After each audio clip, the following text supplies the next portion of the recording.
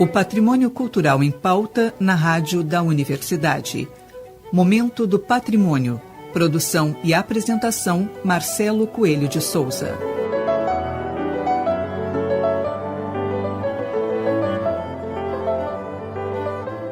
Boa noite, ouvintes. No Momento do Patrimônio de hoje, conversaremos com o engenheiro Luiz Carlos Ribeiro Bortolini.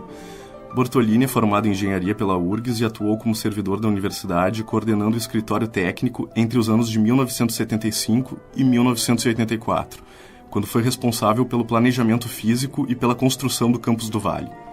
Também exerceu o cargo de pró-reitor de administração na instituição durante o período de 1984 a 88 e de 1993 a 96.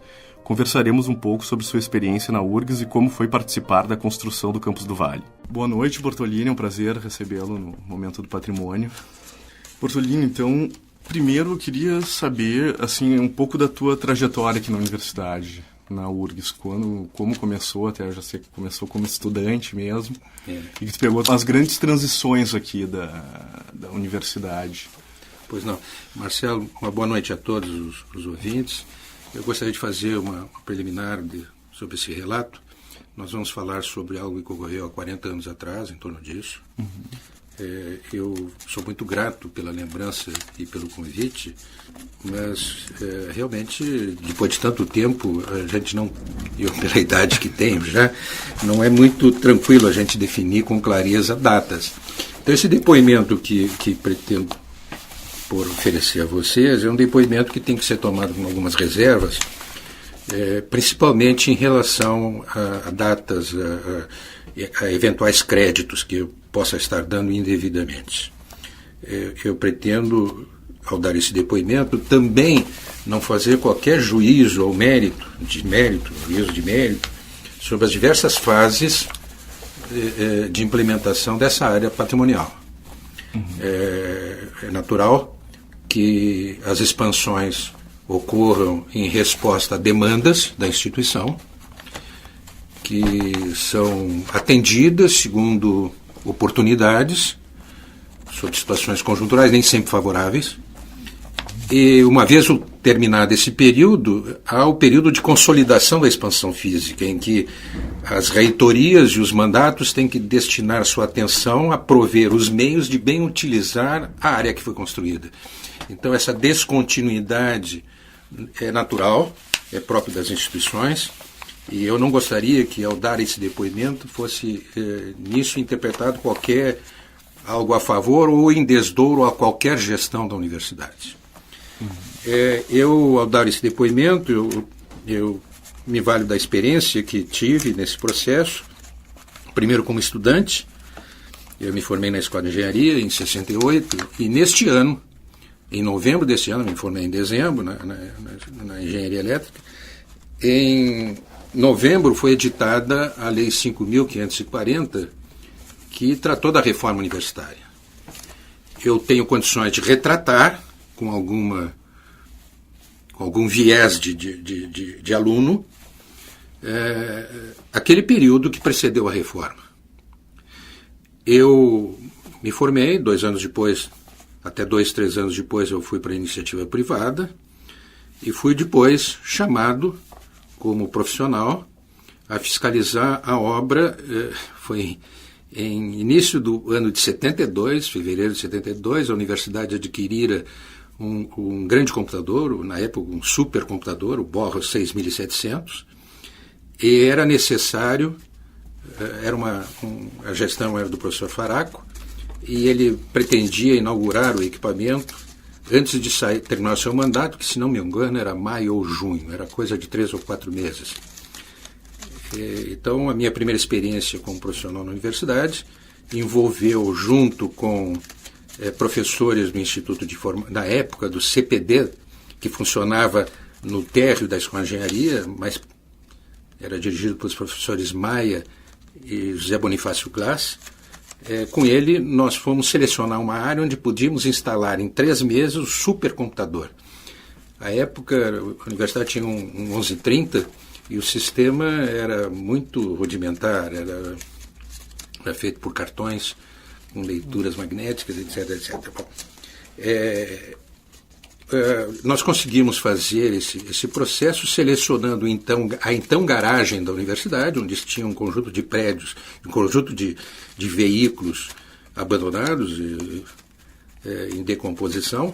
Nós tiramos e ali instalamos o CPD, onde até agora existe o Centro de Processamento de Dados na URGS. À época, eu fiscalizei essa obra, que foi realizada com o apoio do Hospital de Clínicas, que na época era dirigido por um engenheiro, o professor Milton Dias, que tinha sido professor da Escola de Engenharia, e executado pela Melo Perdeira. Isso realmente nós concluímos essa instalação em tempo do reitor inaugurar, antes, ainda no período de sua gestão, maio. Minha trajetória a partir daí foi o próprio Hospital de Clínicas acabou me contratando em caráter permanente como seletista para trabalhar na implantação do Hospital de Clínicas. Eu participei diretamente das obras de instalação do centro cirúrgico, da lavanderia, da cozinha, etc., ambulatório e tudo mais, as primeiras áreas de internação. E aí eu trabalhei até 75. Então quer dizer que ainda estava naquela transição do... Sim. Vamos situar então esse período de transição para entender eles bem, desculpe, para que todos possam bem interpretar. A universidade foi federalizada em 50. Naquele momento, até então, havia a universidade estadual, que era composta em cima de grandes unidades. Direito, medicina, engenharia, agronomia, artes, eu penso que é por aí, e filosofia. Neste período, também a universidade traz, ao ser federalizada, veio consigo a universidade, a que se tornou depois a Universidade Federal de Santa Maria, a de Pelotas e alguma outra faculdade que eu agora não me lembro. Havia no sistema universitário as privadas, essencialmente a PUC. Bom, esse contexto é um contexto de 50, assume em seguida o reitor Paglioli, que dá o primeiro grande salto na expansão física da universidade. Ele adquire áreas como a gleba da onde foi construído o campus de agronomia, o resto da gleba, ele pega a estação agronômica, ele consegue áreas do campus da saúde atualmente, da própria ESESP, etc. E é um momento das grandes edificações, o primeiro grande salto de expansão física da universidade. Se constrói a reitoria, a arquitetura, uma série de prédios aqui no campus central, e ele começa a fazer a estrutura do Hospital de Clínicas, e Instituto de Pesquisa Hidráulica, uma série de unidades são construídas nesse período. Até 68, e aí é o depoimento meu, funciona o regime das cátedras vitalícias. É um regime que assegurava, as unidades eram isoladas, se programavam, eram autodeterminadas em relação à admissão do processo de seleção dos alunos, e, portanto, seus vestibulares. Eu mesmo fiz vestibular para a Escola de Engenharia, não para a URGS, para um curso da URGS, eu não fiz para a Escola de Engenharia. As cátedras, além disso, por sua característica vitalícia, comandavam esses mesmos catedráticos, pelo conselho da unidade, definiam todo o processo de organização acadêmica e não necessariamente contemplavam as atualizações necessárias. Havia uma demanda muito forte de parte dos alunos, que tinham currículos muito específicos e não havia a possibilidade de ampliar o seu conhecimento através de outras unidades de ensino, era algo muito específico da área. O corpo docente também era insatisfeito, porque muitos jovens professores vinham de cursos no exterior, de pós-graduação, de atividades de pesquisa, e a universidade era essencialmente graduação. Esse processo de limitações gerava um dissabor até na sociedade. Muitos filhos de alunos que saíam do segundo grau, até de classes economicamente bem resolvidas, faziam vestibular, aprovavam, mas não conseguiam cursar porque esgotava-se aquele número de vagas que era oferecido pelo curso. E esse número era comprometido porque muitas vezes os próprios alunos, em busca da complementação dos seus currículos, competiam em outras unidades e entravam em vestibular. Eu mesmo fiz vestibular para a escola de economia em busca de conhecimento na área de administração. Esse processo era crítico, porque nós não dávamos conta, o regime era seriado, nós não conseguíamos dar boa conta de 2 cursos, então era natural que a gente acabasse abandonando um deles, o que representava uma vaga perdida para o sistema público federal. Isso reproduzia-se muitas vezes no país.